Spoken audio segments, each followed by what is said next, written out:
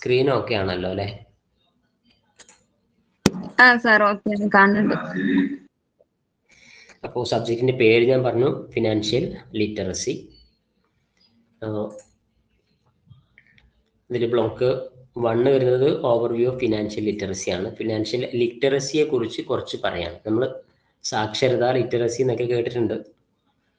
എന്നാൽ financial literacy എന്തായിരിക്കും, ഇതിൽ വരുന്ന കണ്ടന്റ് എന്തായിരിക്കും? നല്ലൊരു സബ്ജക്റ്റാണ്. എനിക്ക് തോന്നുന്നു എനിക്ക് ഈ ഒരു സബ്ജക്റ്റ് നന്നായി ഇഷ്ടപ്പെട്ടു. കാരണം ഫിനാൻഷ്യൽ ലിറ്ററസി, ഓരോ വ്യക്തിയും ഫിനാൻഷ്യൽ ലിറ്ററസി ആയിരിക്കണം. അതായത് നമ്മളൊക്കെ ബുദ്ധിമുട്ട് അനുഭവിച്ചുകൊണ്ടിരിക്കുന്നവരാണ്, അല്ലെങ്കിൽ നേരത്തെ അനുഭവിച്ചവരാണ് ഫിനാൻഷ്യൽ ബുദ്ധിമുട്ടുകൾ. നമ്മളെ പലപ്പോഴും രക്ഷപ്പെടുത്തുന്നതും നമ്മളെ പലപ്പോഴും കഷ്ടപ്പെടുത്തുന്നതും ക്യാഷാണ്, അല്ലെങ്കിൽ ഫിനാൻസ് ആണ്. ഫിനാൻസ് ഉണ്ടായാലും ചിലപ്പോൾ നമ്മൾ ബുദ്ധിമുട്ടും, ഫിനാൻസ് ഇല്ലെങ്കിലും ചിലപ്പോൾ നമ്മൾ ബുദ്ധിമുട്ടും. അവിടെയാണ് നമ്മൾ ശരിക്കും അതിനെ മാനേജ് ചെയ്യേണ്ടത്. മാനേജ് ചെയ്യണം എന്നുണ്ടെങ്കിൽ ഫിനാൻസിനെ കൺട്രോൾ ചെയ്യണം. അതാണ് അതിൽ മാനേജ് എന്ന് പറയുന്നത്. ഫിനാൻസിനെ മാനേജ് ചെയ്യണമെങ്കിൽ ആദ്യം ഫിനാൻസ് എന്താണെന്ന് ശരിക്കൊന്ന് അറിയണം. അതാണ് ഫിനാൻഷ്യൽ ലിറ്ററസി. ഫിനാൻഷ്യൽ ലിറ്ററസിയിൽ ഫിനാൻസിനെ കുറിച്ച് അറിയലും അതോടൊപ്പം തന്നെ അതിൻ്റെ കൈകാര്യവും കൂടി നമ്മൾ പഠിക്കും. മീനിങ്ങിലേക്കൊന്ന് പോവാം. മലയാളത്തിലുള്ള നോട്ട്സും കൂടെ അവൈലബിൾ ആണ്. നിങ്ങൾക്ക് ക്ലാസ് കഴിഞ്ഞ ഉടനെ മലയാളം നോട്ടൊന്ന് വായിച്ചാൽ മതി കേട്ടോ. അതിൽ വളരെ ഷോർട്ടായിട്ടാണ് ഞാൻ നോട്ട് ഉണ്ടാക്കിയിട്ടുള്ളത്. എന്താണ് മീനിങ് ഫിനാൻഷ്യൽ ലിറ്ററസിയുടെ? ഫിനാൻഷ്യൽ ലിറ്ററസിയിലെ ബേസിക് കൺസെപ്റ്റാണ് ഒന്നാമത്തെ യൂണിറ്റിൽ ഡിസ്കസ് ചെയ്യുന്നത്. It is the knowledge, skills and confidence to make an informed decision about your money. നമ്മുടെ അടുത്ത് ഇടയ്ക്ക് വന്നും പോയിക്കൊണ്ടിരിക്കുന്ന ഒരാളാണ് ഫിനാൻസ് അല്ലെങ്കിൽ മണി എന്ന് പറയുന്നത്. അതിനെ നമ്മൾ എങ്ങനെയൊക്കെ കൈകാര്യം ചെയ്യുന്നു, അല്ലെങ്കിൽ അതിനെ കൈകാര്യം ചെയ്യാനുള്ള സ്കില്ലും കോൺഫിഡൻസും നോളേജും എല്ലാം കൂടെ ഉൾപ്പെട്ടതാണ് ഫിനാൻഷ്യൽ ലിറ്ററസി എന്ന് പറയുന്നത്. അപ്പോൾ ഫിനാൻഷ്യൽ ലിറ്ററസി ഒരു കഴിവാണ്, അല്ലെങ്കിൽ ഒരു കോൺഫിഡൻസ് ആണ്. It's about understanding how money works in real world and applying the knowledge to your own life. പണം എങ്ങനെയാണ് എന്നും അതെങ്ങനെയാണ് നമ്മളത് ഈ ഒരു നമ്മൾ ജീവിതകാലത്താണ് ഈ പണം ഉപയോഗിക്കുക, എങ്ങനെയൊക്കെയാണ് അത് ഉപയോഗിക്കേണ്ടത് എന്ന് നമുക്ക് കാണിച്ചു തരുന്ന കുറച്ച് കാര്യങ്ങൾ, അറിവാണ് ഫിനാൻഷ്യൽ ലിറ്ററസി. നമുക്കൊക്കെ അറിയാം, പലപ്പോഴും നമ്മൾ ഫിനാൻഷ്യൽ മാനേജ്മെന്റ് ഒക്കെ നടത്താറുണ്ട്. ഒരു ജോലിക്കാരനാണെങ്കിൽ ഒരു 50,000 രൂപ സാലറി കിട്ടുന്ന ഒരു വ്യക്തി ആ 50,000 രൂപ കൊണ്ട് എന്തൊക്കെ ചെയ്യണം എന്നുള്ളൊരു പ്ലാനിങ് ഒക്കെ നടത്താറുണ്ട്. പലപ്പോഴും അത് ഫെയിൽ ആവാറുണ്ട്. ഈ ബുക്കിലെ സ്റ്റാർട്ടിങ്ങിൽ ഒരു കാര്യം പറഞ്ഞിട്ടുണ്ട്. അതായത് ഫിനാൻഷ്യൽ ലിറ്ററസിയുടെ സ്റ്റാർട്ടിങ്ങിൽ 2 വ്യക്തികളെ കുറിച്ച് പറഞ്ഞിട്ടുണ്ട്. ഒന്നാമത്തെ വ്യക്തിക്ക് 1 lakh സാലറി കിട്ടുന്നു, അദ്ദേഹത്തിന് അതുകൊണ്ട് കാര്യമായി ഒന്നും ചെയ്യാൻ പറ്റുന്നില്ല, പലപ്പോഴും അദ്ദേഹം ഫെയിൽ ആവുന്നു ചില കാര്യങ്ങൾ. രണ്ടാമത്തെ വ്യക്തിക്ക് 50,000 രൂപ സാലറി കിട്ടുന്നു, അയാളുടെ പകുതി ഉള്ളൂ, പക്ഷെ അദ്ദേഹം പല കാര്യങ്ങളും നന്നായി ചെയ്യുന്നു. ഇത് നമ്മുടെ ജീവിതത്തിൽ ഉണ്ടാവാറുണ്ട്. കുറെ ക്യാഷ് ഉണ്ടെന്ന് വിചാരിച്ചിട്ട് നമുക്ക് എല്ലാ കാര്യങ്ങളും ചെയ്യാൻ പറ്റിക്കോളണം എന്നില്ല. അവിടെ സംഭവിക്കുന്ന പ്രശ്നം നമുക്കൊക്കെ പലപ്പോഴും ഫീൽ ചെയ്തിട്ടുണ്ടാവും. നമുക്ക് കിട്ടുന്ന ഒരു ജോലിയൊക്കെ ചെയ്യുന്നവർക്ക് അത് മനസ്സിലാവും. നമുക്ക് കിട്ടുന്ന ക്യാഷ് എങ്ങനെ പോകുന്നു എന്ന് നമ്മൾ അറിയുന്നില്ല എന്ന് പലപ്പോഴെങ്കിലും നമ്മൾ പറഞ്ഞിട്ടുണ്ടാവും. അവിടെയാണ് നമുക്ക് ഈ ഫിനാൻഷ്യൽ ലിറ്ററസിയുടെ ആവശ്യം വരുന്നത്, സാമ്പത്തിക സാക്ഷരതയുടെ ആവശ്യം വരുന്നത്. അപ്പോൾ അതിനെക്കുറിച്ചുള്ള പഠനവും കാര്യങ്ങളും ഉൾപ്പെടുന്നതാണ് ഈ ഒരു ബേസിക് കൺസെപ്റ്റിൽ ഫിനാൻഷ്യൽ ലിറ്ററസിയെ കുറിച്ച് പറയുന്നത്. ഒരു ഡെഫിനിഷനൊക്കെ കൊടുക്കാം. ഡെഫിനിഷൻ നിങ്ങളൊരു മീനിങ് വരെ പഠിച്ചാൽ മതി. Financial literacy is A combination of financial awareness, knowledge, skill, attitude and behaviour necessary to make a sound financial decision, ultimately to achieve the individual financial well-being. Financial literacy എന്ന് പറഞ്ഞാൽ ഇതിൻ്റെ ഒരു കോമ്പിനേഷനാണ്. ഇതെല്ലാം കൂടെ കൂടിച്ചേർന്നതാണ്. എന്താണ്? നമുക്ക് ക്യാഷിനെ കുറിച്ചൊരു ബോധം ഉണ്ടാവണം, അറിവുണ്ടാവണം. കൈകാര്യം ചെയ്യാനുള്ള സ്കിൽ ഉണ്ടാവണം. നമ്മുടെ ആറ്റിറ്റ്യൂഡും ബിഹേവിയറും എല്ലാം അതിൽ ബാധിക്കുന്നതുമാണ്. അതനുസരിച്ച് ഏറ്റവും നല്ല തീരുമാനങ്ങൾ എടുക്കാൻ സാധിക്കുന്ന രൂപത്തിൽ ആയി വരിക. അതായത് ഫിനാൻഷ്യൽ വെൽബീയിങ്ങിന് വേണ്ടിയിട്ട് ചെയ്യുന്ന കുറേ കാര്യങ്ങൾ, ആ കാര്യങ്ങളുടെ ഒരു കോമ്പിനേഷനാണ് ഫിനാൻഷ്യൽ ലിറ്ററസി. എന്താണ് ഈ വെൽബീയിങ്? നല്ല രീതിയിൽ പോവുക എന്താണ് വെൽബീയിങ്. അപ്പോൾ സാമ്പത്തികത്തെക്കുറിച്ച് നമ്മൾ നന്നായിട്ട് പ്ലാൻ ചെയ്യേണ്ടതുണ്ട്. എസ്പെഷ്യലി ഒരു ജോലിക്കാരാകുമ്പോൾ നമ്മുടെ സാലറി എത്രയാണ്, അപ്പോൾ ഇതൊക്കെ എന്തിനു വേണ്ടിയിട്ടാണ്, ഇതിൻ്റെ ആവശ്യകത എന്താണെന്നൊക്കെ പിന്നീട് പറയും. ഓക്കെ. അപ്പോൾ ചില സമയത്ത് നമുക്ക് അൺഎക്സ്പെക്റ്റഡ് ആയിട്ട് എന്തെങ്കിലും പ്രശ്നങ്ങൾ ഉണ്ടാവാം, ബാധ്യതകൾ ഉണ്ടാവാം. ഇനി പലപ്പോഴും നമ്മൾ കേട്ടിട്ടുണ്ട് ഫിനാൻഷ്യൽ സ്ട്രഗിളിംഗ് ആയിട്ട് അത് തരണം ചെയ്യാൻ പറ്റാതെ പലരും ആത്മഹത്യ ചെയ്യുന്ന അവസ്ഥകളൊക്കെ നമ്മൾ കാണുന്നതാണ്. അവിടെ നമ്മൾ ആത്മഹത്യ ചെയ്യേണ്ട കാര്യമൊന്നുമില്ല. നമ്മൾ ജസ്റ്റ് ഒരു പ്ലാൻ തയ്യാറാക്കിയിട്ട് മുന്നോട്ട് പോകാൻ പറ്റും. അപ്പോൾ നമുക്ക് അതിൻ്റെ കാര്യങ്ങൾ നിറവേറ്റാൻ സാധിക്കും.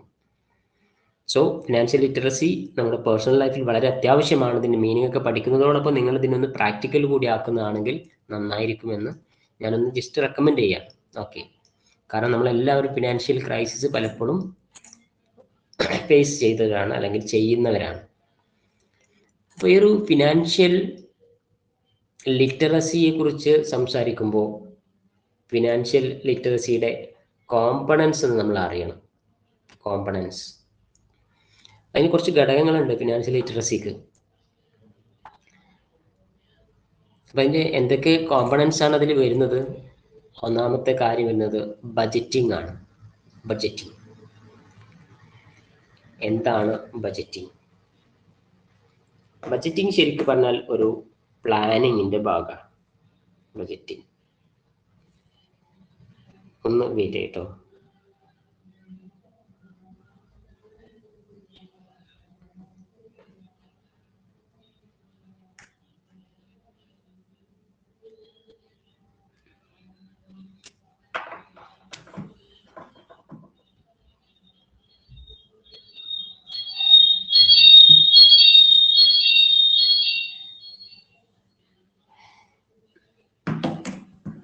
ഓക്കെ. ബജറ്റിംഗ് എന്ന് നമ്മൾ മാനേജ്മെന്റ് ഫംഗ്ഷനിലൊക്കെ പഠിച്ചതാണ്. ഏറ്റവും അവസാനം വരുന്ന മാനേജ്മെന്റ് ഒരു ഫംഗ്ഷനാണ് ബജറ്റിംഗ്. അതായത് പോർട്സ് കോർപ്പ് എന്ന മാനേജ്മെന്റ് ഫംഗ്ഷൻ പഠിക്കുമ്പോൾ ബിയിൽ തുടങ്ങുന്നത് ബജറ്റിംഗ് ആണ്. അതായത് ഏറ്റവും ലാസ്റ്റ് വരുന്നത്. ബജറ്റിംഗ് നമ്മൾ ചെയ്യുന്നത് ഒരു പ്ലാനിങ് തന്നെയാണ്. അടുത്ത വർഷത്തേക്കുള്ള പ്ലാനിങ്ങിനെയാണ് ബജറ്റിംഗ് എന്ന് പറയാം. അപ്പോൾ ഫിനാൻസിങ്ങിന്റെ കാര്യത്തിലും നമ്മൾ ചെയ്യേണ്ടത് അതിൻ്റെ ഒരു കോമ്പണൻസ് എന്ന് പറയുന്നത് ബജറ്റിംഗ് ആണ്. എന്താണ് budgeting? The process of creating plan your income and expense. നമുക്ക് വരുന്ന ഇൻകത്തിൻ്റെ ഒരു പ്ലാൻ എന്ത് ചെയ്യുക, ഫോർമുലേറ്റ് ചെയ്യുക. ഇറ്റ്സ് അബൌട്ട്, ഈ പറയുന്ന ടോപ്പിക്ക് വളരെ സിമ്പിളാണ്. അതുകൊണ്ട് ഞാൻ കുറച്ച് കഴിഞ്ഞ് ഒന്നുകൂടി സ്പീഡാക്കി പറഞ്ഞിട്ട് ഒന്നാമത്തെ യൂണിറ്റ് പെട്ടെന്ന് തീർക്കും കേട്ടോ. പിന്നെ അവിടെ നിന്ന് അങ്ങോട്ട് നമുക്ക് കുറച്ച് വലിയ ഐറ്റംസ് ഒക്കെ പഠിക്കാനുണ്ട്. ഫസ്റ്റ് യൂണിറ്റ് കുറച്ച് നല്ല സിമ്പിൾ തന്നെയാണ്, പക്ഷെ ഇതൊന്ന് പറയാൻ വേണ്ടിയിട്ടൊന്ന് പറയുന്നെന്ന് മാത്രം. അപ്പോൾ ബജറ്റിംഗ് എന്ന് പറയുന്നത് it's about knowing where your money is coming from and where is going. എവിടത്തൊക്കെ നമുക്ക് ക്യാഷ് കിട്ടും, അത് എങ്ങോട്ടൊക്കെ പോകും എന്നതിനെ കുറിച്ചൊരു തീരുമാനം നമ്മൾ ഉണ്ടാക്കണം. അതാണ് ശരിക്കും ബജറ്റിംഗ്. ക്യാഷ് നമുക്ക് വരുന്നത് മിക്കവാറും സാലറിയിൽ നിന്നായിരിക്കും. ആ ക്യാഷ് എങ്ങോട്ടൊക്കെയാണ് പോകേണ്ടതെന്നൊരു ധാരണ ഉണ്ടാക്കി വെക്കണം. ഇപ്പം നിങ്ങളുടെ പേഴ്സണൽ ലൈഫിൽ നിങ്ങൾ ചെലവാക്കിയ പൈസയെക്കുറിച്ച് ഓരോ മാസവും കാൽക്കുലേറ്റ് ചെയ്യുന്ന ആരെങ്കിലും ഉണ്ടോ? അതായത് 30-ാം തീയതി എടുത്തിട്ട് അല്ലെങ്കിൽ 31-ാം തീയതി 1-ാം തീയതി നോക്കിയിട്ട് ഈ മാസം ഞാൻ എന്തിനൊക്കെ ക്യാഷ് ചെലവാക്കി എന്ന് നോക്കുന്ന ആൾക്കാരുണ്ടാവും? ആരെങ്കിലും ഉണ്ടെങ്കിൽ ഒന്ന് പറയും. മിസ്റ്റർ പ്രസന്നൻ, ചെലവ് അങ്ങനെ ഒരു പരിപാടിയൊക്കെ ഉണ്ടോ? നിങ്ങൾക്ക് മൈക്ക് ഓൺ ചെയ്ത് കൈ കാണിച്ചിട്ടുണ്ട്, ചെയ്യുന്നുണ്ടാവും അല്ലേ? അങ്ങനെ ചെയ്യുന്നുണ്ടെങ്കിൽ നമ്മൾ എന്താണ്, നമുക്കൊരു ധാരണ കിട്ടും. അത് തന്നെ ഒരു നല്ലൊരു പ്ലാനിങ് ആണ്, എങ്ങോട്ടൊക്കെ പോയി എന്നുള്ളത്. ഇതൊന്നും ചെയ്യാത്ത എത്രയോ പേരുണ്ട്. ഇനി നമ്മളത് ചെയ്യണം. കാരണം ഇതിൽ അധിക പേരും കൊമേഴ്സുകാർ മാത്രമായിരിക്കും അത്. അപ്പോൾ കൊമേഴ്സുകാർ ശരിക്കും ഇങ്ങനെയുള്ള കാര്യങ്ങൾ ഫിനാൻഷ്യൽ ലിറ്ററസി ഉണ്ടായിരിക്കണം. അത് അല്ലെങ്കിൽ നമ്മുടെ ലൈഫിന് പലപ്പോഴും.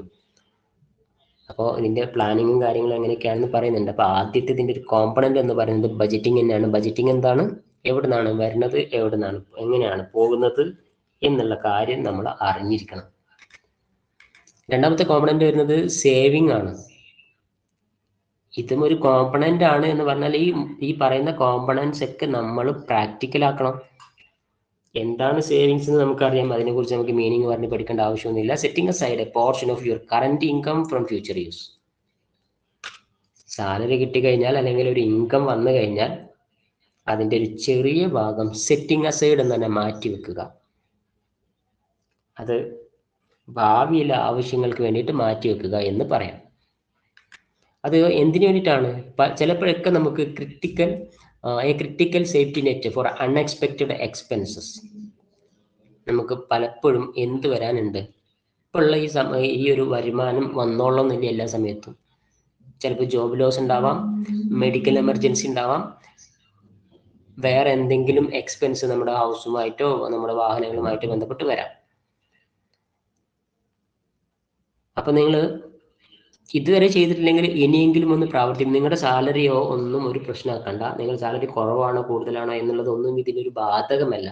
എത്ര സാലറി കിട്ടുന്നുവോ അതിന്ന് ഒരു നിശ്ചിത പോർഷൻ, ഒരു ചെറിയ പോർഷൻ എന്ത് ചെയ്യണം, നിങ്ങൾ സേവിങ്സിലേക്ക് മാറ്റി വെക്കില്ല. അത് കണിശമായിട്ട് നിങ്ങൾ തീരുമാനിക്കണം. കാരണം നമുക്കിത് അപ്ലൈ ചെയ്യാൻ സാധിക്കും. അപ്ലൈ ചെയ്താൽ നമുക്ക് അതിന്റെ ഗുണം കിട്ടും എന്നുള്ളതുകൊണ്ടാണ് ഞാൻ പറയുന്നത്. ഓക്കെ, സോ സേവിങ്സ് ഇതിന്റെ രണ്ടാമത്തെ. അപ്പോൾ ഒന്നാമത്തെ കോമ്പണൻസ് എന്തായിരുന്നു? ഒന്നാമത്തെ കോമ്പണൻസ് വന്നത് ബഡ്ജറ്റിംഗ് ആണ്. രണ്ടാമത്തെ കോമ്പണൻസ് വന്നത് സേവിങ്സ് ആണ്. അതൊക്കെ നമുക്ക് അറിയുന്ന കാര്യങ്ങൾ തന്നെയാണ്.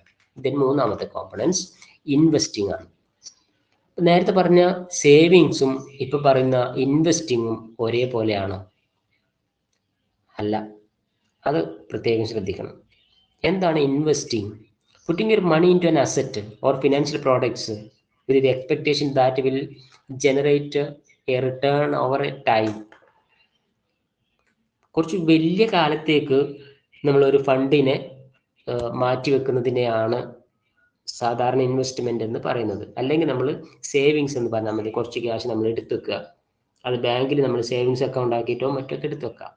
ഇൻവെസ്റ്റിംഗ് അതല്ല. ഒന്നുകിൽ ലോങ് ടേമിലേക്ക് നമ്മൾ ഇടുക, അല്ലെങ്കിൽ ഏതെങ്കിലും ഒരു അസറ്റിൽ നിക്ഷേപിക്കുന്നതിനെ നമുക്ക് ഇൻവെസ്റ്റ് എന്ന് പറയാം. എന്താണ് ഈ അസറ്റ്? അസറ്റ് കറണ്ട് അസറ്റോ ഫിക്സഡ് അസറ്റോ എന്തോ ആവാം. അല്ലെങ്കിൽ നമുക്ക് ഇൻവെസ്റ്റ് ചെയ്യാൻ പറ്റുന്ന കുറച്ച് മാർഗങ്ങൾ വേറെ ഉണ്ട്. അത് ഷെയറിലോ സെക്യൂരിറ്റിയിലോ മറ്റൊക്കെ നമുക്ക് എന്ത് ചെയ്യാം, ഇൻവെസ്റ്റ് ചെയ്യാം. അങ്ങനെ കുറച്ച് നീണ്ട കാലത്തേക്ക് ക്യാഷ് മാറ്റി വെക്കുന്ന നമുക്ക് ഇൻവെസ്റ്റിംഗ് എന്ന് പറയാം. ഇൻവെസ്റ്റിങ്ങിനെ കുറിച്ച് കൂടുതൽ ഡീറ്റെയിൽ ആയിട്ട് നെക്സ്റ്റ് ടോപ്പിക്കിൽ വരുന്നുണ്ട്. നാലാമത്തെ കോമ്പണന്റ് എന്ന് പറയുന്നത് മാനേജിങ് ഡെപ്റ്റ് ആണ്. നമ്മൾ കടത്തെ മാനേജ് ചെയ്യലാണ്. കടം പലപ്പോഴും നമുക്ക് ഉണ്ടാവും അല്ലെ, അതുകൊണ്ട് ബുദ്ധിമുട്ടുന്ന ആൾക്കാരും ഉണ്ടാവും. എങ്ങനെയാണ് കടത്തിനെ മാനേജ് ചെയ്യുക? കടത്തിനെ മാനേജ് ചെയ്യുക എന്ന് പറഞ്ഞാൽ കടം വാങ്ങും ചെയ്യാം. ആ വാങ്ങുമ്പോൾ നമ്മൾ കുറച്ച് ഡിസിപ്ലിൻ ആവേണ്ടതുണ്ട്. എങ്ങനെയാണ് ഒരു കടം വാങ്ങുക? നമ്മൾ ലോൺ എടുക്കുക, വെറുതെ ചാടിക്കയറി ഒരു ലോൺ എടുക്കരുത്. ഇനി എടുത്ത ലോൺ ഉണ്ടെങ്കിൽ തന്നെ അതിനെ മാനേജ് ചെയ്യുന്ന രീതിയും ഉണ്ട്. So responsible use and repayment of borrowed money. നമ്മൾ ലോൺ എടുക്കുന്നത് എന്തെങ്കിലും ബിസിനസ്സിനോ മറ്റൊക്കെ ആയിരിക്കണം. അതിന് നമ്മൾ തക്കതായ രൂപത്തിൽ തന്നെ വിനിയോഗിച്ചാൽ നമുക്ക് വലിയ ബുദ്ധിമുട്ടില്ലാതെ അത് രക്ഷപ്പെടാൻ സാധിക്കും. ഇല്ലെങ്കിൽ നമ്മൾ കുടുങ്ങും. അങ്ങനെ ലോൺ എടുക്കുന്ന സമയത്ത് നമ്മൾ ചെയ്യേണ്ടത് അതിനെ മാനേജ് ചെയ്യേണ്ടതാണ്. മാനേജ് ചെയ്യാന്നാണ് നല്ല രീതിയിൽ കൈകാര്യം ചെയ്യലാണ്. അത് നന്നായിട്ട് ഉപയോഗിക്കുകയും ചെയ്യണം. അത് റീപേയ്മെന്റ് കറക്റ്റ് ആയിരിക്കണം. അതിനെ മാനേജിങ് ഡെപ്റ്റ്. അപ്പം ഞാൻ ഈ പറയുന്ന പോയിന്റ്സ് എന്താണ്? ഫിനാൻഷ്യൽ മാനേജ്മെന്റിന്റെ അല്ല, ഫിനാൻഷ്യൽ ലിറ്ററസിയുടെ component. To use the credit wisely to achieve goal. കടം വാങ്ങുമ്പോൾ പലപ്പോഴും പലരും കുടുങ്ങി പോയിട്ടുള്ളത് ലോണിലോ കടം വാങ്ങിയത് കൊണ്ടോ ആണ്. While avoiding the negative interest at the cost of borrowing money, understanding the interest rate is the key managing debt efficiency. നമ്മൾ ലോൺ എടുക്കുന്ന സമയത്ത് അല്ലെങ്കിൽ ഒരു ഫണ്ട് ആരുടെ വാങ്ങുന്ന സമയത്ത് അതൊരു ബിസിനസ്മാനോ മറ്റോ ആവാം. അങ്ങനെ വാങ്ങുന്ന സമയത്ത് അതിൻ്റെ ഇൻട്രസ്റ്റ് റേറ്റിനെ കുറിച്ച് മതിയായ ബോധത്തോടു കൂടി മാത്രമേ വാങ്ങാവൂ. അത് നമ്മുടെ ഫിനാൻഷ്യൽ ലിറ്ററസിയുടെ ഭാഗമാണ്. ചിലരൊന്നും ഈ ഇൻട്രസ്റ്റ് റേറ്റ് അന്വേഷിക്കാറില്ല. ഫിനാൻഷ്യൽ കമ്പനികൾ നമുക്ക് ലോൺ തരുന്ന ധാരാളം സ്ഥാപനങ്ങളുണ്ട്. ചിലപ്പോഴൊക്കെ ചില സ്ഥാപനങ്ങളുടെ ലോൺ തരുന്ന രീതി കണ്ടാൽ നമുക്ക് തോന്നും വളരെ കുറഞ്ഞ പലിശക്കാണ് തരുന്നതെന്ന്. അതിനൊരു എക്സാമ്പിൾ ഞാൻ പറഞ്ഞുതരാം. നിങ്ങൾ ഗോൾഡ് ലോൺ ഏതെങ്കിലും പ്രൈവറ്റ് കമ്പനികൾ, പ്രൈവറ്റ് ബാങ്കിൽ, ഇപ്പോൾ കുറേ NBFC ഉണ്ട്. NBFC, അതായത് നോൺ ബാങ്കിങ് ഫിനാൻഷ്യൽ ഇൻസ്റ്റിറ്റ്യൂഷൻസ്, പേരെടുത്ത് ഞാൻ പറയുന്നില്ല. അവരുടെയൊക്കെ ലോണിൻ്റെ പരസ്യം നിങ്ങൾ നോക്കുമ്പോൾ കാണാം, ചില ബോർഡും ഫ്ലെക്സിലൊക്കെ കാണാറുണ്ട്, 1000 രൂപയ്ക്ക് 1 രൂപ പലിശ എന്ന് പറഞ്ഞിട്ടൊരു പരസ്യം കാണാം. അപ്പം അത് കാണുമ്പോൾ നമുക്ക് തോന്നും ഒരു 1000 രൂപയ്ക്ക് 1 രൂപയാണ് പലിശ, വളരെ ചെറിയൊരു സംഗതിയാണ്. 1000 രൂപയ്ക്ക് 1 രൂപ പലിശ. അപ്പം അത് നമ്മൾ എടുത്തു കഴിഞ്ഞാൽ ആർക്കും അറിയാം 1 രൂപ ഒരു ദിവസത്തിനാണെന്നത്. 1 രൂപ ഒരു ദിവസത്തിനാണ്. അപ്പോഴും തോന്നും എന്താണ്, ലാഭമാണെന്ന്. അതിനെ നമ്മൾ മന്ത്ലി വെച്ചിട്ട് കാൽക്കുലേറ്റ് ചെയ്യുന്ന സമയത്താണ് അതിൻ്റെ അപകടം നമുക്ക് മനസ്സിലാവുക. ഏകദേശം ഒരു 23 മുതൽ 40% വരെയുള്ള ഇൻട്രസ്റ്റ് നമ്മൾ അതിന് കൊടുക്കേണ്ടി വരും. പക്ഷെ പേരിൽ നമ്മൾ 1000-ന് 1 രൂപ എന്നുള്ള രീതിയിൽ അങ്ങനെയുള്ള പരസ്യങ്ങൾ ഞാൻ കാണാറുണ്ട്, അതുകൊണ്ട് പറഞ്ഞതാണ്. ശരിക്കും അത് കാൽക്കുലേറ്റ് ചെയ്ത് കഴിഞ്ഞാൽ നമുക്ക് എത്ര കിട്ടുന്നു? 24 മുതൽ സ്റ്റാർട്ടിങ് ആണ്. അതിനേക്കാൾ വലുതാണ് വരിക 23 മുതൽ. ഒരു ബാങ്കിൽ നിന്ന്, ഒരു കോപ്പറേറ്റീവ് ബാങ്കിൽ നിന്നൊക്കെ ലോൺ എടുക്കുകയാണെങ്കിൽ അതിൻ്റെ ഇൻട്രസ്റ്റ് റേറ്റ് വരുന്നത് 8% ആണ്. 8ഉം 23ഉം തമ്മിലുള്ള വ്യത്യാസം നോക്കി, ഡബിളും അല്ല, അതിൻ്റെ മേലെയാണ്. സോ ഒരു കടം വാങ്ങുന്ന സമയത്ത് അതിൻ്റെ ഇൻട്രസ്റ്റിനെ കുറിച്ച് നന്നായി ചിന്തിച്ചിട്ട് നമ്മളത് വാങ്ങാവൂ. സോ ഇതിൻ്റെ ഒരു ഘടകം തന്നെയാണ്, ഒരു കോമ്പണൻ്റ് ആണ്. ദെൻ ടാക്സേഷനെ കുറിച്ച് നമ്മൾ വ്യക്തമായിട്ട് മനസ്സിലാക്കേണ്ടതുണ്ട്. ടാക്സേഷൻ എന്ന് പറഞ്ഞാൽ എന്താണ്? Mandatory financial charge imposed by a government to an individual income, goods and services. നമുക്ക് ബിസിനസ്സിൽ നിന്ന് കൊടുക്കേണ്ട ടാക്സ് ഉണ്ട്, പ്രൈവറ്റ് ആയിട്ട് നമ്മൾ വ്യക്തിപരമായിട്ട് കൊടുക്കേണ്ട ടാക്സും ഉണ്ട്. ഇൻകം ടാക്സ്, നമുക്ക് കിട്ടുന്ന സാലറി 2 lakh എബോ ആണെന്നുണ്ടെങ്കിൽ നമ്മൾ ടാക്സ് കൊടുക്കേണ്ടി വരും. നമുക്ക് ഏതെങ്കിലും വിധേന കിട്ടുന്ന ഇൻകം, നിങ്ങളിപ്പോൾ ഇവിടെ ഈ ക്ലാസ് അറ്റൻഡ് ചെയ്യുന്ന ആരെങ്കിലും ടാക്സ് കൊടുക്കുന്നവരുണ്ടോ എന്ന് എനിക്കറിയില്ല. കൃഷി ആവശ്യം, കൃഷിക്ക് പോലും ചില ഐറ്റത്തിന് ടാക്സ് കൊടുക്കേണ്ടതുണ്ട്. കൃഷി പൊതുവെ ടാക്സിൽ നിന്ന് ഒഴിവാക്കിയ സാധനമാണ്. എന്നാൽ ചില കൃഷിക്ക് എന്തുണ്ട്? ടാക്സ് ഉണ്ട്. ഇതിനെക്കുറിച്ചൊരു ബോധം നിങ്ങൾക്ക് ഉണ്ടാവണം, അല്ലെങ്കിൽ നമുക്ക് ഉണ്ടാവണം. ടാക്സേഷൻ എന്തിനാണ്? ടാക്സേഷനെ കുറിച്ച് നമ്മൾ പഠിക്കുന്നത്. It is to understand how tax affect your personal finance and how to minimise your tax liability through legal means. ടാക്സിനെ കുറിച്ച് മനസ്സിലാക്കിയാൽ, ടാക്സിനെ കുറിച്ച് പഠിച്ചാൽ ടാക്സ് എങ്ങനെ കുറക്കാം എന്നുള്ളത് നമുക്ക് അറിയാൻ സാധിക്കും. ഒരു ബിസിനസ്മാൻ എപ്പോഴും ടാക്സ് എങ്ങനെ കുറക്കാം എന്നുള്ള, ടാക്സിന്റെ യഥാർത്ഥ ലോസ് നോക്കുന്ന സമയത്ത്, അതിന്റെ ലോ നോക്കുന്ന സമയത്ത് വലിയ ടാക്സ് ആയിരിക്കും കാണുക. പക്ഷെ അതിന് കുറെ ഡിഡക്ഷൻസും കാര്യങ്ങളൊക്കെ ഉണ്ട്. അപ്പോൾ ഫിനാൻസ് പഠിക്കുന്ന ആൾക്കാർ ടാക്സിനെ കുറിച്ച് അറിഞ്ഞിരിക്കണം. ഞാനൊരു ഒറ്റ എക്സാമ്പിൾ ഞാൻ പറയാം. കൃഷിക്ക് ടാക്സ് ഇല്ല എന്ന് നമുക്കറിയാം.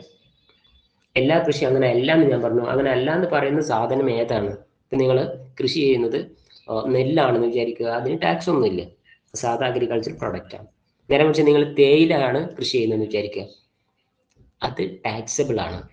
അത് എന്തുകൊണ്ടാണ് അത് ടാക്സബിൾ ആണെന്ന് പറഞ്ഞാൽ? ഫുള്ളി ടാക്സബിൾ അല്ല, അതിനൊരു പെർസെൻറ്റേജ് ഉണ്ട്.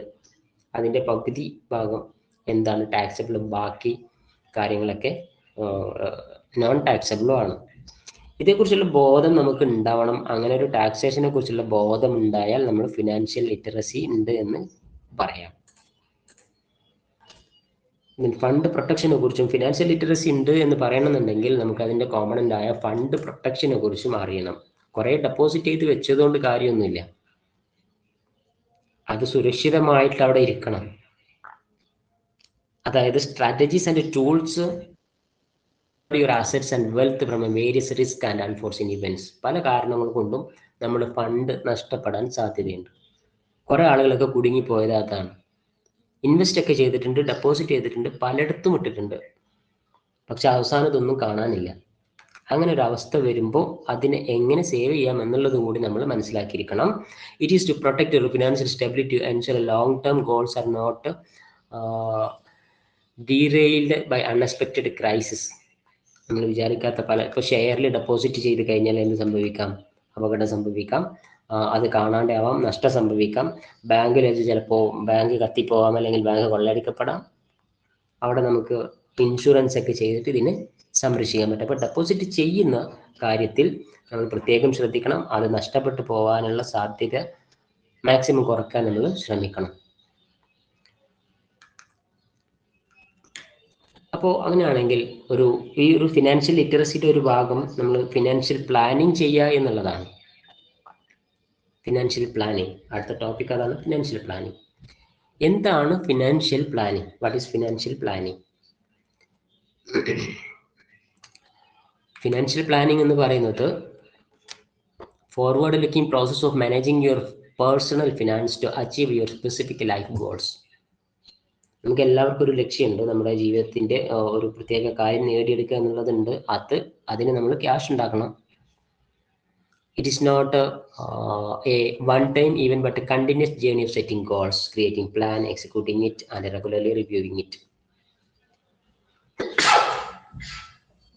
അപ്പോൾ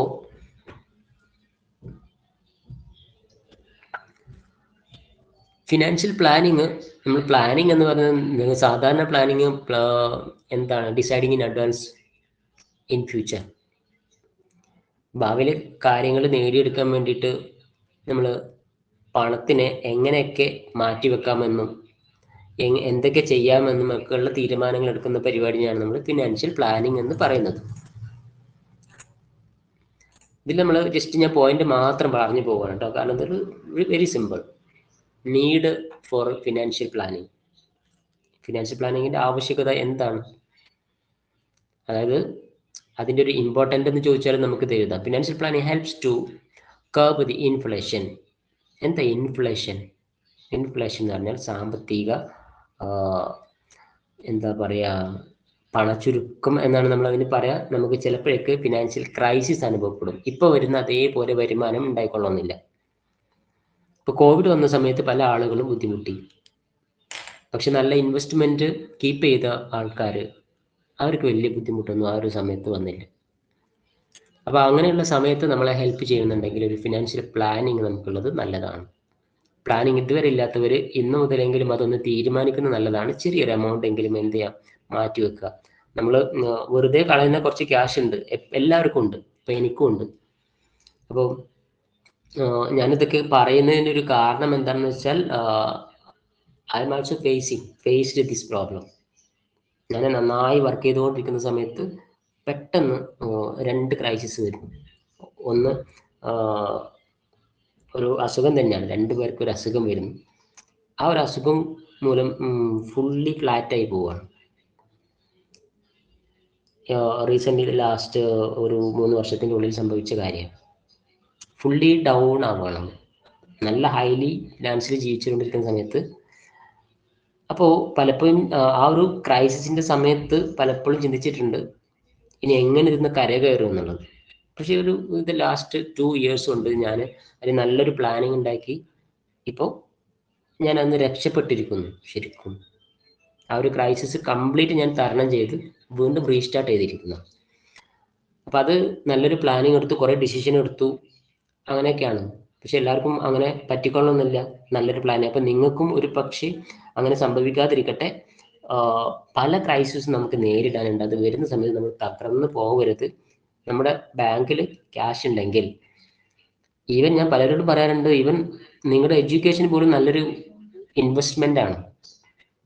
നിങ്ങൾക്ക് എഡ്യൂക്കേഷൻ ഉണ്ടെങ്കിലും നിങ്ങൾ തളരൂല, എന്തെങ്കിലും ചെയ്തിട്ട് നമുക്ക് പിടിച്ചു നിൽക്കാൻ പറ്റും. സോ അതിലും നിങ്ങൾ ഇൻവെസ്റ്റ് ചെയ്യണം. അതൊരു ലോങ് ടേം ഇൻവെസ്റ്റ്മെന്റ് ആണ് education.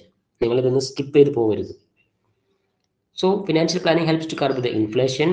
It helps to increase the standard of living. നമ്മുടെ financial planning standard of living increase ചെയ്യും. Then it helps in managing credit, നമ്മുടെ കടബാധ്യതകൾ മാനേജ് ചെയ്യാൻ ഇത് സാധിക്കും.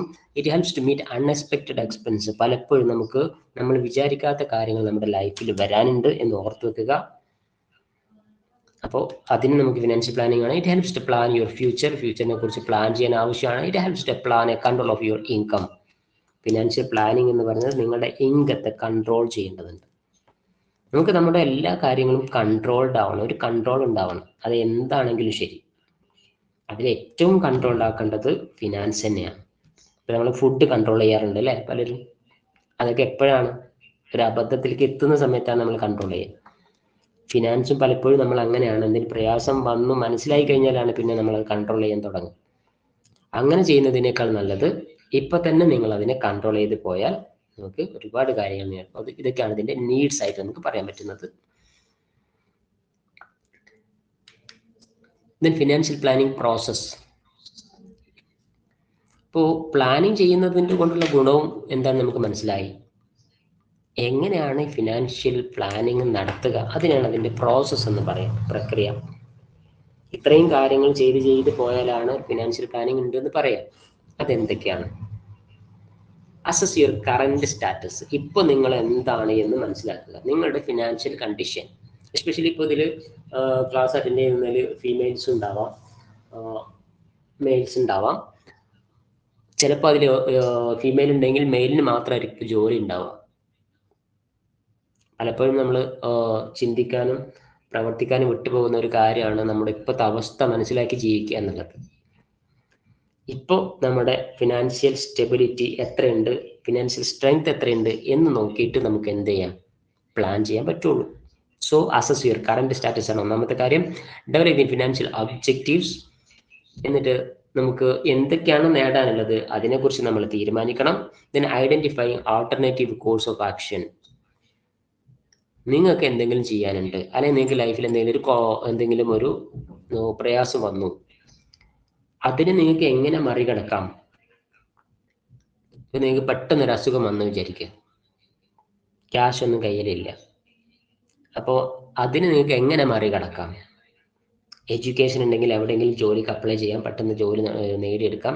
വലിയ സാലറി അല്ലെങ്കിൽ ചെറിയ ജോലിയെങ്കിലും ചെയ്യാം, അല്ലെങ്കിൽ അറിയുന്ന ജോലി ചെയ്യാനുള്ള തയ്യാറെടുപ്പ് ചെയ്യാം, അല്ലെങ്കിൽ ഒരു ലോൺ എടുക്കാം, അല്ലെങ്കിൽ ആരെങ്കിലും കടം വാങ്ങാം. ഇതിലേതാണോ നല്ലത്? ഇതിനെയാണ് നമ്മൾ ആൾട്ടർനേറ്റീവ്സ് എന്ന് പറയാം. ഒരു കാര്യം പരിഹരിക്കാൻ ഒരുപാട് മാർഗങ്ങളുള്ളതിന് ആൾട്ടർനേറ്റീവ്സ് എന്ന് പറയുന്നു. ഇതിൽ ഏതാണോ നല്ലത് അത് തിരഞ്ഞെടുക്കുക. അപ്പം ആദ്യം കറണ്ട് സ്റ്റാറ്റസ് മനസ്സിലാക്കണം, ഫിനാൻഷ്യൽ ഒബ്ജക്റ്റീവ്സ് കണക്കാക്കണം. അതായത് നമുക്ക് ഒരുപാട് കടം വന്നു, അത് തീർക്കണം. അതിന് കോഴ്സ് ഓഫ് ആക്ഷൻ ഒരുപാട് കാര്യങ്ങളുണ്ട്. അതിന് ഏറ്റവും അനുയോജ്യം, ഇപ്പോൾ കയ്യിൽ 5 ക്യാഷ് ഇല്ലാതെ ബുദ്ധിമുട്ട് നിൽക്കുന്ന ആൾ വീണ്ടും ഒരു ലോൺ എടുക്കാനല്ല പോകേണ്ടത്. എന്തെങ്കിലും കഴിവുണ്ടോ, ചെയ്യാൻ പറ്റുന്ന എന്തെങ്കിലും ജോലി ഉണ്ടോ എന്ന് അന്വേഷിക്കലാണ് ഏറ്റവും ബെറ്റർ. കാരണം മറ്റേ നമ്മൾ വീണ്ടും ടെൻഷനിലേക്ക് പോവുകയാണ് ചെയ്യുക, നമ്മുടെ ജീവിതത്തിനെ താറുമാറാക്കും. അപ്പോൾ ഒരെണ്ണം എടുത്തു, ആ ഒരു ആൾട്ടർനേറ്റീവ് എടുത്തിട്ട് അതിനെ നമ്മൾ പ്ലാൻ ചെയ്യുക. അതിനെ നമ്മൾ എന്ത് ചെയ്യണം, ഇവാലുവേഷൻ നടത്തുക, പഠിക്കുക. ലോൺ എടുക്കേണ്ടതുണ്ട്, അതിനെക്കുറിച്ച് പഠിച്ചാൽ എന്ത് മനസ്സിലാവും? ഇപ്പോഴത്തെ ഒരു സാഹചര്യത്തിൽ ലോൺ എടുത്താൽ ബുദ്ധിമുട്ടാണ്. അപ്പം അതിനെക്കുറിച്ച് നമ്മൾ ഇവാലുവേറ്റ് ചെയ്തു, അത് വേണ്ടെന്ന് വെച്ചു. ആരിരുന്നെങ്കിലും കടം വാങ്ങാം, കടം വാങ്ങിയാലും അത് പെട്ടെന്ന് തന്നെ ചിലപ്പോൾ കൊടുക്കേണ്ടി വരും, ചിലപ്പോൾ നമുക്ക് പറ്റിയിട്ടില്ല എന്നുണ്ടെങ്കിൽ അത് പ്രശ്നമാവും. അപ്പോൾ അതും ഒഴിവാക്കാം. ഉള്ള ആരോഗ്യം വെച്ചിട്ട് എന്തെങ്കിലും ജോലി ചെയ്യാൻ പറ്റുന്ന സാഹചര്യമാണ് എന്നുണ്ടെങ്കിൽ ആ ഒരു ഓപ്ഷൻ തിരഞ്ഞെടുക്കാം. ദെൻ അത് ഇംപ്ലിമെന്റ് ചെയ്യുക. എന്നിട്ട് ആ ചെയ്ത കാര്യങ്ങൾ വർക്കൗട്ട് ആവുന്നുണ്ടോ എന്ന് ഇടയ്ക്ക് നോക്കലും പ്ലാനിങ്ങിൻ്റെ ഒരു പരിപാടിയാണ്. Re evaluating the plan. നമ്മൾ വിചാരിച്ച കാര്യങ്ങൾ അതേപോലെ നടക്കുന്നുണ്ടോ നോക്കുക. അപ്പോൾ ഒരു ഫിനാൻഷ്യൽ പ്ലാനിങ്ങിൽ നമ്മൾ ചെയ്യേണ്ടത് കറണ്ട് സ്റ്റാറ്റസ് മനസ്സിലാക്കി, ഫിനാൻഷ്യൽ ഒബ്ജക്റ്റീവ് ആദ്യം ഉണ്ടാക്കി, ആൾട്ടർനേറ്റീവ് കുറേ കാര്യങ്ങൾ മനസ്സിലാക്കുക, അതിനെ പഠിക്കുക, ഐഡന്റിഫൈ ചെയ്യുക, അതിന് ഏറ്റവും നല്ലതിനെ തിരഞ്ഞെടുക്കുക, നടപ്പിലാക്കുക, ഒന്ന് റിവ്യൂ ചെയ്യുക. ഇങ്ങനെ ചെയ്താൽ ഫിനാൻഷ്യൽ പ്ലാനിങ് ആയി. Then investment. എന്താണ് ഇൻവെസ്റ്റ്മെന്റ്? നമ്മൾ നേരത്തെ പറഞ്ഞ കാര്യമാണ് ഇൻവെസ്റ്റ്മെന്റ്. കുറച്ച് ദീർഘകാലത്തേക്ക് നമ്മൾ ഫണ്ട് നിക്ഷേപിക്കുന്നതിനാണ് ഇൻവെസ്റ്റ്മെന്റ് എന്ന് പറയുക. എവിടേക്കാണ് നമ്മൾ ഇൻവെസ്റ്റ് ചെയ്യുന്നത്? ഒന്നെങ്കിൽ നമുക്ക് സ്റ്റോക്ക് വാങ്ങാം. എന്താണ് സ്റ്റോക്ക്? അപ്പോൾ ക്യാഷ് നമ്മൾ മാനേജ് ചെയ്യുന്ന സമയത്ത് കുറച്ച് ക്യാഷ് നമ്മൾ ഇൻവെസ്റ്റ് ചെയ്യണം, കുറച്ച് ക്യാഷ് നമ്മൾ സേവ് ചെയ്യണം. സേവ് ചെയ്യണം എന്ന് പറഞ്ഞാൽ ചെറിയ ആവശ്യങ്ങൾക്ക് എടുക്കാൻ പറ്റുന്ന രൂപത്തിൽ വെക്കുന്നതിനാണ് സേവ് ചെയ്യാന്ന് പറയും. ഇൻവെസ്റ്റ്മെന്റ് എന്ന് പറഞ്ഞാൽ നമ്മൾ ദീർഘകാലത്തേക്ക് ഒരു 10 വർഷത്തേക്കൊക്കെ എവിടെയെങ്കിലും ക്യാഷ് എടുത്ത് വെക്കുക, അത് പിന്നെ നമ്മൾ തൊടാൻ പാടില്ല, അങ്ങനെയുള്ളതിനെ ഇൻവെസ്റ്റ്മെന്റ് എന്ന് പറയും. ആ ഇൻവെസ്റ്റ്മെന്റിൽ പെട്ടതാണെന്ന് സ്റ്റോക്ക്, ബൈങ് ബോണ്ടുകൾ വാങ്ങുക, അല്ലെങ്കിൽ അസറ്റ് വാങ്ങുക. ഇപ്പോൾ ലൈക്ക് റിയൽ എസ്റ്റേറ്റ്, സ്ഥലം മറ്റൊക്കെ വാങ്ങിയിടുക, അതിനൊക്കെ നമുക്ക് ഇൻവെസ്റ്റ്മെന്റ് എന്ന് പറയാം. അപ്പോൾ ഇൻവെസ്റ്റ്മെന്റിന്റെ പ്രത്യേകത എന്താണെന്ന് വെച്ചാൽ ബീറ്റിംഗ് ഇൻഫ്ലേഷൻ ആണ്. നമുക്ക് സമ്പത്തില്ലാത്തൊരു കാലഘട്ടം വരാനുണ്ട്, അതിന് അങ്ങനെ ഒരു സംഭവിച്ചാൽ അതിനെ നമ്മൾ മറികടക്കാൻ വേണ്ടിയിട്ട് നമുക്കത് യൂസ് ചെയ്യാം. ഇൻവെസ്റ്റ്മെന്റ് നല്ലതാണ്. Then building wealth and achieving financial goals. ചില ഫിനാൻഷ്യൽ ഗോളൊക്കെ നമുക്ക് നേടാൻ വേണ്ടിയിട്ട് വലിയ രൂപത്തിലുള്ള ഇൻവെസ്റ്റ്മെന്റ് നമുക്ക് ആവശ്യമാണ്. Then securing your retirement. നമ്മുടെ ഒരു റിട്ടയർമെന്റ് കാലഘട്ടം വരും. റിട്ടയർമെന്റ് എന്ന് കേൾക്കുമ്പോൾ ഗവൺമെന്റ് ജോലിക്കാർ അതിൽ നിന്ന് ഒഴിവാകുക, അതിൽ നിന്ന് ജോലി വിരമിക്കലാണെന്ന് വിചാരിക്കരുത്. ഓരോ മനുഷ്യനും എന്തുണ്ട്, റിട്ടയർമെന്റ് ഉണ്ട്. അതായത് നമുക്ക് ജോലി ചെയ്യാൻ പറ്റാത്തൊരു കാലഘട്ടം വരാനുണ്ട്. പലപ്പോഴും വളരെയധികം സമ്മർദ്ദം നേരിടുന്ന ഒരു ടൈമാണ് നമ്മുടെ റിട്ടയർമെന്റ്. ഏകദേശം 50-60 വയസ്സൊക്കെ കഴിഞ്ഞാൽ നമ്മൾ അനുഭവിക്കുന്ന കുറെ പ്രയാസങ്ങൾ. അവിടെ നമുക്ക് ഒരു സേഫ്റ്റി ആയിട്ട് നമുക്ക് ഇൻവെസ്റ്റ്മെന്റ് ഉണ്ടായിരിക്കും. അപ്പോൾ അതുകൊണ്ട് നമ്മൾ ഇൻവെസ്റ്റ് ചെയ്യാം. അപ്പോൾ റിട്ടയർമെന്റ് സ്കീംസ് എന്ന് പറയുന്നത് പലതും ഉണ്ട്. നമുക്ക് പെൻഷൻ കിട്ടാൻ വേണ്ടിയിട്ട് ഗവൺമെന്റ് ജോലിക്കാർക്ക് മാത്രമല്ല എല്ലാത്തവർക്കും പെൻഷൻ കിട്ടും. അതിനെന്ത് ചെയ്യണം? ആരോഗ്യമുള്ള സമയത്ത് കുറച്ച് ക്യാഷ് ഗവൺമെന്റിക്ക് ഇങ്ങനെ അടച്ചിടണം. പബ്ലിക് ആയിട്ടുള്ള PPF, പബ്ലിക് പ്രൊവിഡന്റ് ഫണ്ട് ഒക്കെ ഉണ്ട്. പബ്ലിക് പെൻഷൻ സ്കീം ഉണ്ട്. ഗവൺമെന്റ് ജോലിക്കാർക്ക് മാത്രമല്ല മറ്റുള്ളവർക്കും നമ്മൾ ഇപ്പോൾ ചെറിയ എമൗണ്ട് ഒക്കെ വെച്ചിട്ടാണ് തോന്നുന്നുണ്ട്. അത് എനിക്ക് തോന്നുന്നു നിങ്ങൾ വീക്കിലി ഒരു മന്ത്ലി 14 രൂപയെ എന്തോ ബാങ്കിലേക്ക് അടച്ചാൽ നിങ്ങൾക്ക് 60 വയസ്സിന് ശേഷം നിങ്ങൾക്ക് ഒരു എമൗണ്ട് പെൻഷനായിട്ട് നിങ്ങൾക്ക് വന്നുകൊണ്ടേയിരിക്കും. അപ്പൊ പൊതുവെ നമ്മൾ വിചാരിക്കും ഗവൺമെന്റ് ജോലി കിട്ടിക്കഴിഞ്ഞാൽ, ഗവൺമെന്റ് ജോലി അല്ലാത്തവർക്കും ഇതേ പ്രോബ്ലംസ് ഉണ്ട്. അപ്പൊ അവർക്ക് ഇങ്ങനെയൊക്കെ ചെയ്തിട്ടും ചെയ്യാം. അപ്പോ സെക്യൂറിങ് യുവർ റിട്ടയർമെന്റ് നമുക്കതിന്ന് കിട്ടും. Then generating passive income. നമുക്ക് എല്ലാ മനുഷ്യന്മാർക്കും ഒരു പാസീവ് ഇൻകം. നമ്മൾ ഇങ്ങനെ കഷ്ടപ്പെട്ട് ജോലി ചെയ്തുകൊണ്ടേ ഇരിക്കലല്ല, പലപ്പോഴും നമുക്ക് അതല്ലാത്ത സോഴ്സിൽ നിന്ന് ഇടയ്ക്ക് ഈ വരുമാനം വരണം. അത് നമ്മളെല്ലാവരും ഉണ്ടാക്കണം. അതൊന്നെങ്കിൽ നമുക്ക് വല്ല LIC പോളിസിയോ അല്ലെങ്കിൽ വേറെ എവിടെയെങ്കിലും ഇൻവെസ്റ്റ് ചെയ്തിട്ടാവാം.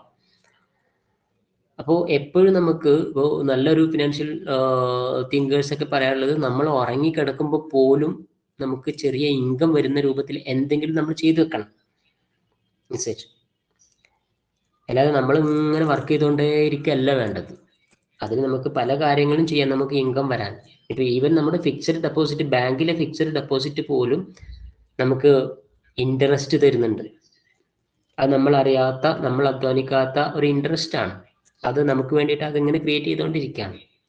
ഒരു 1 crore ബാങ്കിലുണ്ട് എങ്കിൽ അല്ലെ, എല്ലാ ദിവസവും ഓട്ടോമാറ്റിക്കലി ഒരു ചെറിയൊരു എമൗണ്ട് അതുപോലെ അഡീഷണൽ ആയിട്ട് വന്നുകൊണ്ടിരിക്കുകയാണ്. അതേപോലെ ബാങ്കിൽ തന്നെ ഇടണം എന്നല്ല, പുറത്ത് എന്ത് രീതിയിലും അങ്ങനെ ഒരു വരുമാനം വരുന്ന രൂപത്തിലേക്ക് നമ്മൾ പോകണം. അതിനു വേണ്ടിയിട്ട് നമുക്ക്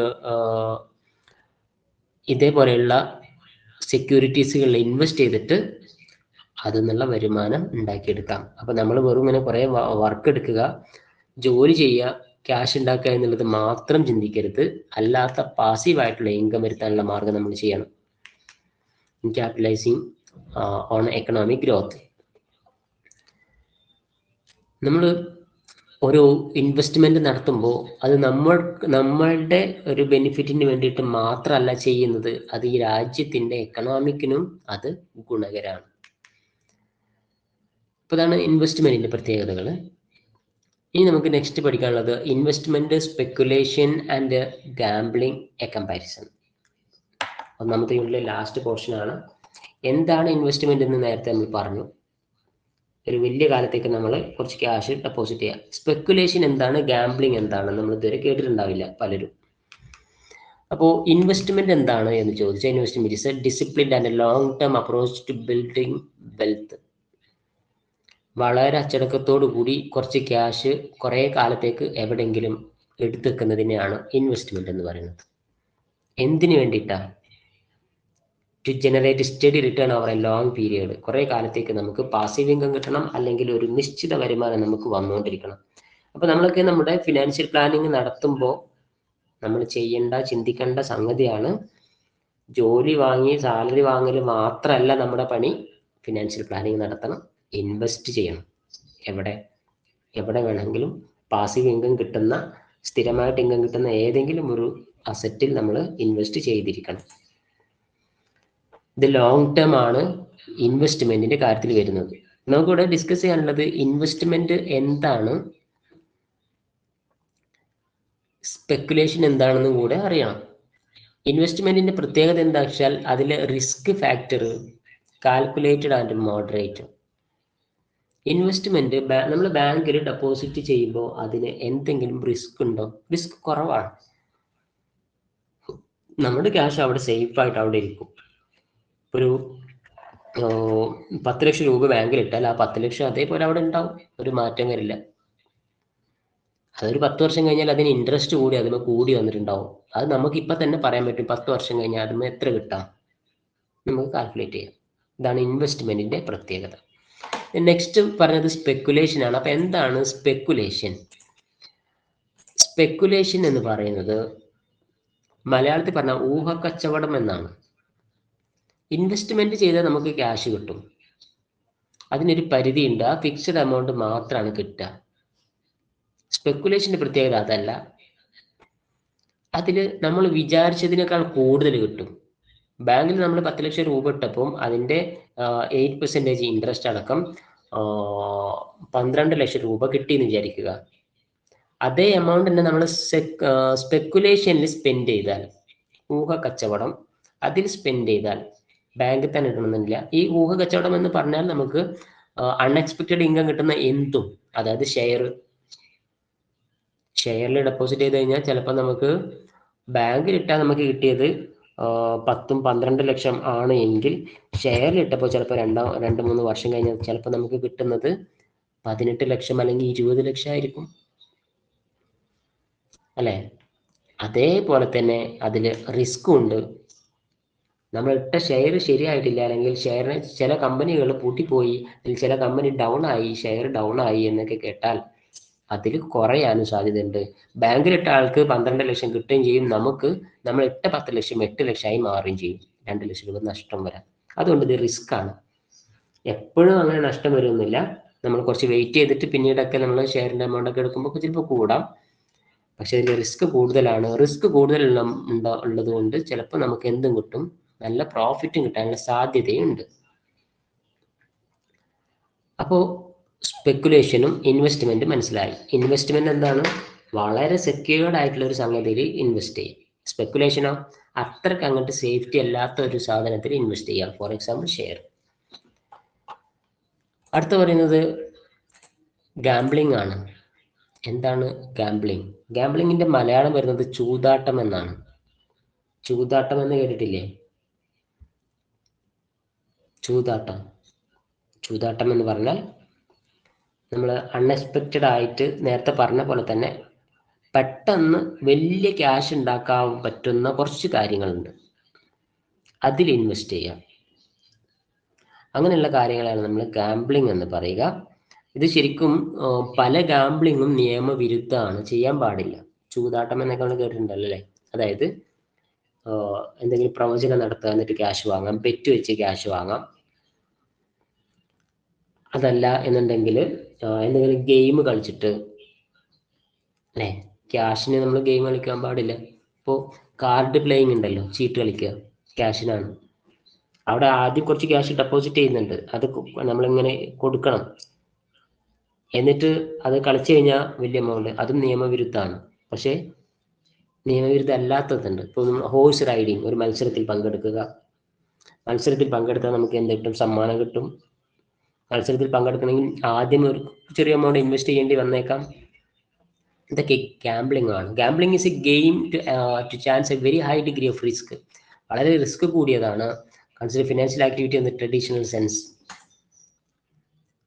പെട്ടെന്ന് പൈസ ഉണ്ടാക്കാൻ പറ്റുന്ന ഒരു സംഗതിയാണ്. ഇതിൻ്റെ ഒരു എക്സാമ്പിൾ പറയുകയാണെങ്കിൽ നമുക്ക് ലോട്ടറി പറയാം. ലോട്ടറി ഒരു ഗാംബ്ലിംഗ് ആണ്, നിയമം അനുവദിച്ച ഒരു ഗാംബ്ലിംഗ് ആണ് ലോട്ടറി.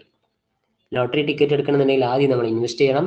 അങ്ങനെ ഇൻവെസ്റ്റ് ചെയ്ത് കഴിഞ്ഞാൽ അതിൽ നിന്ന് നമുക്ക് ചിലപ്പോൾ കോടികൾ ലാഭം കിട്ടാം.